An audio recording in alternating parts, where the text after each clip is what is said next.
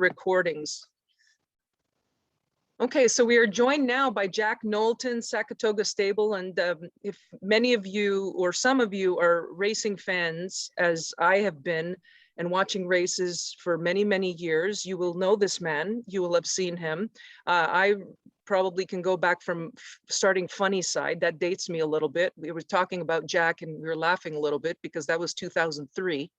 So that was a while. He won the Kentucky Derby and the Preakness. And we were talking about this a little bit earlier. And obviously, more recently, Sackatoga Stable had 'Tis the Law. He won the Belmont. And tell us, Jack, obviously, you guys have had some tremendous success. You've had classic success winning Grade 1 races with top caliber horses. Tell me a little bit about the evolution of Sackatoga. Well, I started out, as Richard talked about harness racing, living in Saratoga since the 80s. I started out with a partnership at the Saratoga Harness Track. We called ourselves a Breakfast Club stable. There were 5 of us, including Frankie Coppola Jr., who was a trainer then, and he was a driver that won nearly 6,000 races when he just retired a couple of years ago. So we had, 1, 2, 3 horses in the harness track, and as Richard says, it was a lot of fun because we'd be at the track, even having that few horses, you'd be there, once, twice, 3 times a week. A lot of action. Then we had, some success. We had actually in 1993, we had the horse of the year up there. He won the biggest non-sire stakes race up there, $30,000 race back then. And then one of my partners passed away when I moved to Texas. So we decided that it was time to get out of that game. And in 1995, I was up in my hometown of Sackett's Harbor with 5 of my old high school friends, and we agreed to put $5,000 a piece in, raise $30,000. Tim Kelly was a trainer then. I'd known Timmy, and he bought a New York bred for us for $22,000. We named him Sackett 6 after ourselves, and used our high school colors of maroon and gray to develop our silks, and we were off and running.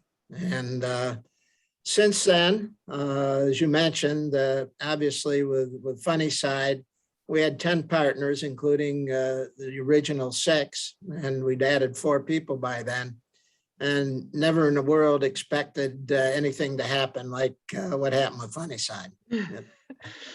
For a bunch of guys that, went in it as a lark, as something, just to have some fun. It turned out to be something that was unforgettable. And the experience was something that all of us, anybody associated with us, our family, our friends, it was just tremendous. And then kind of like the locust, it took 17 years, but 17 years later, along came 'Tis the Law. And we had our second opportunity to play the game at the highest level. I think arguably we have the 2 most successful New York breds in history, the only horse to win the Kentucky Derby. And then 'Tis the Law is the only 4-time winner of Grade 1 races. So in between, we had a lot of horses. I'll talk a little bit about our model. We're different, I'd say unique probably. We buy only New York breds. That has been the case for probably the last 15 years. For the last 20 plus years, we've had 1 trainer, and that's Barclay Tagg, his assistant, Robin Smullen. So in addition to being our trainers and assistant trainer, they're also our bloodstock agents. And we buy yearlings and we buy 2-year-olds in training. Most successful has been purchasing yearlings. Richard says the Saratoga New York bred yearling sale is getting more and more expensive. We've grown with additional partners through the years. So fortunately, we've been able to continue to buy there. That's where 'Tis the Law was purchased, and not for a king's ransom, as they say. It was a $110,000 purchase. We just purchased 2 yearlings at that sale this year. another horse by Constitution for 130,000, and a horse by Accelerate for 190,000. First crop sires, we've been very fortunate. Our two big horses have been by first crop sires. We're hoping that Accelerate maybe can make the third time for that. We have grown from the original 6 partners.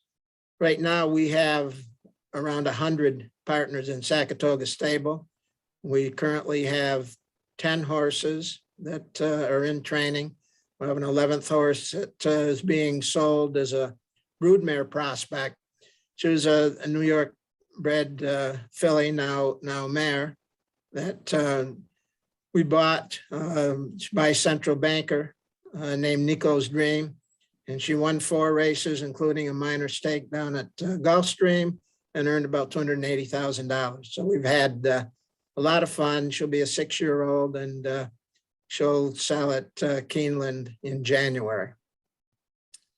The way we structure our partnerships, we'll either have an individual LLC for 1 horse, or if we buy 2 horses like we did at Saratoga last summer, it'll be 2 horses in the LLC. Typically, we have anywhere from 20 to 47 partners, and usually the cost of joining is somewhere in the neighborhood from $5,000 to $12,500. We capitalize so that all of the expenses are covered through the end of September of the 2-year-old year. Again, as Richard said, the hope is always that they will get to race at Saratoga, begin earning money, and not have to do capital calls. Obviously, that doesn't always happen. So when necessary, we'll do capital calls. We don't have that on a specific calendar basis. Basically, you get to a point where you can see that additional funding is needed. We'll go out to the partners and have a capital call at that point. We have a social media director, Rachel Dunn, who does a newsletter, typically twice a month. We'll do it a little more often sometimes in Saratoga. We have emails every time that there's a work, or there's going to be a work, or a horse is entered, the results of the horse racing. All of that goes to the partners. And we have a social event each year in Saratoga, and we have one at Gulfstream the day before the Fountain of Youth, typically the end of February or March. And that really keeps all the partners excited. We have a tremendous number of people that come to Saratoga. They're at the barn in the morning. When we're not racing in New York, Barkley and Robin have their horses at Palm Meadows, and that's the training center for Gulfstream. We'll usually race a handful of horses at Gulfstream, but predominantly we're running at Saratoga and Belmont, and somewhat to a lesser extent in Aqueduct.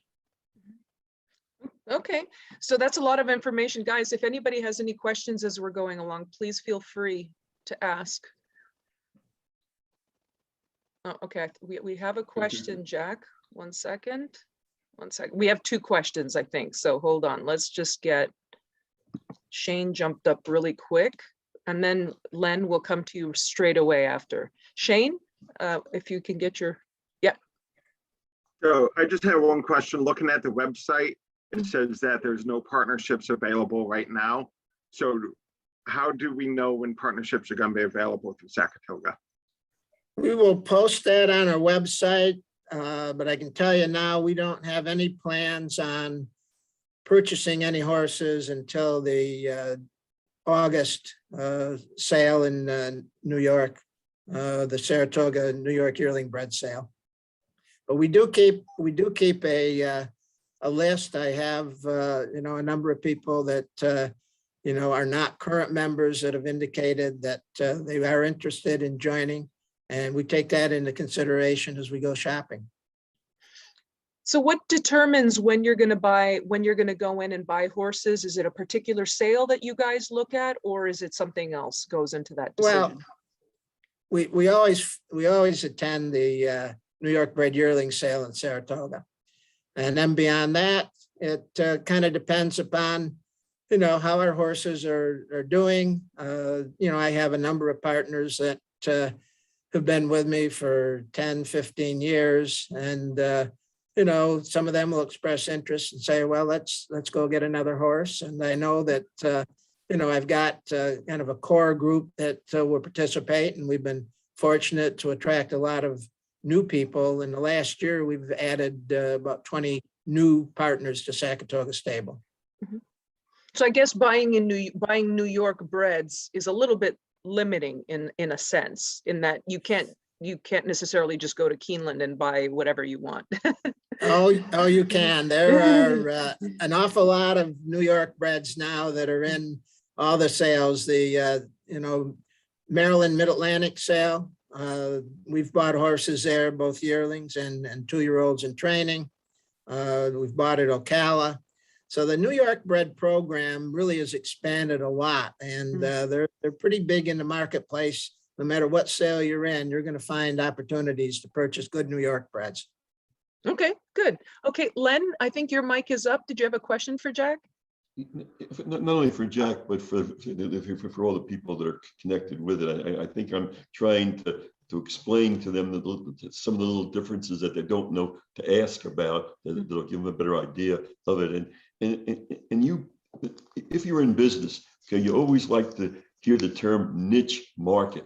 Okay, that's you specialize in a particular area, and that increases usually your opportunities to make money because you're concentrating on that. And the reason why it's gotten so much better, okay, for Jack, besides being successful and all the other things he's doing, is that the horses that are New York bred and they win, they get the New York Breeders' Awards besides. So your opportunities to get some extra money is there. Okay. Plus, the group is a real fun group. Everybody says it's fun, but this group is crazy fun. Okay, so that certainly helps. Okay, and in Barkley, you're not going to get a salesman type trainer. You're going to get the old-fashioned type trainer. Okay, who really does his stuff. So they're really, I mean, this group, I'm not part of it. Okay, but in looking at all the groups that I see and all the partnerships that we're the accountants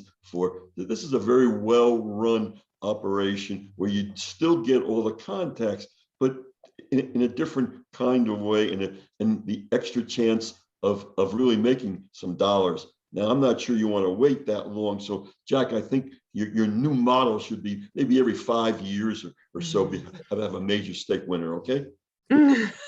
I would like that very much. As I've told people, I don't know if I'm going to be around in another 17 years. So I want Locust to come again to get a horse like we've had twice.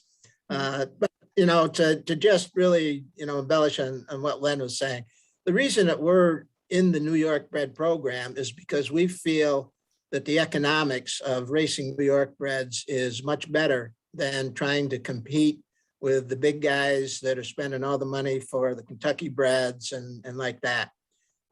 We started out on a shoestring, and it took me a long time to get Barkley to accept the fact that we just wanted to buy New York breds.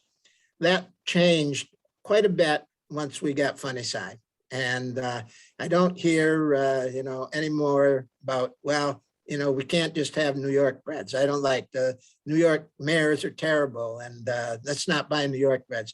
After the two that we've had that have taken him to the heights that he otherwise would never have achieved, he's all in. And, now he's training 10 New York breds for us. And hopefully, we'll have some success. As I mentioned, we're not expecting, the Grand Slam home run like we've had twice. You can't. But, a horse like Nico's Dream that I mentioned that gave us all an awful lot of fun.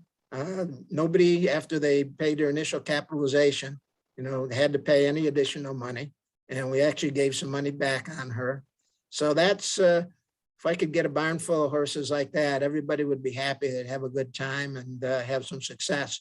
But again, like everybody says, don't go into this thinking you're going to make money. If it happens, like it did with us with Tizzalon, with Funny Cide, yeah, great. But that's one in several thousand odds that you've got to beat to get that. Well, also, you know, Len mentioned how much fun you guys have had. And I remember especially, it was the case with Tis the Law. It was definitely the case with the Funny Cide. I think you guys had the bus. Didn't you guys have a bus that when you showed up at the like this, you guys made the bus going to the Derby like famous. That was that was the thing in 2003. And I know you guys did it again. Tell me a little bit just about the dynamic as a group dynamic, as a social aspect too. Well, you know, the story on the bus back in the Funny Cide days is my late partner, Dave Mann, he was a caterer from Connecticut, and he handled, you know, the food and the transportation for us. And once we knew we were going to be in the Derby, we had to find a way to get from the Galt House. We had 53 people that were with the Funny Cide crowd. And Dave talked to somebody in the hotel and, you know, said, you know, we need to get transportation. What can we do?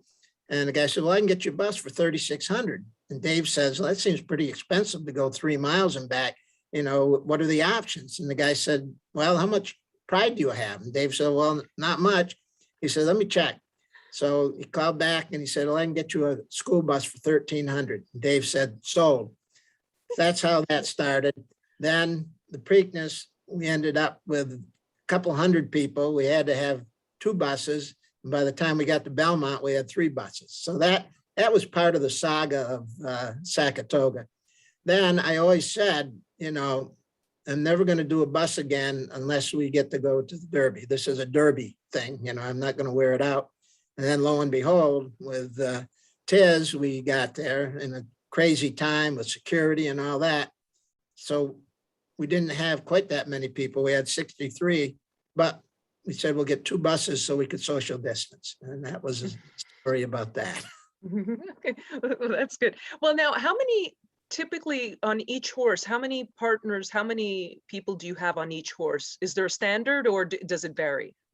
No, it varies, you know, depending upon the price of the horses. Like when we put, you know, these 2 that we just bought together, we ended up with 47 partners. We bought some other horses. Last year it was 20, 24 partners. So it's, you know, it's usually a good size group and largely dependent upon, you know, how expensive the horses are. Okay. And let me ask one question. Based on the fact that you obviously, you have a significant number of partners, you have people that are actually waiting to get into some horses, why don't you go to the sales and buy a few more horses now? Because you said the New York breds, you can get them pretty much anywhere now. So why do you have that decision to make to wait until Saratoga to purchase them? Well, we expanded significantly in the past 2 years. And we went from a stable with 4 or 5 horses to a stable with 10.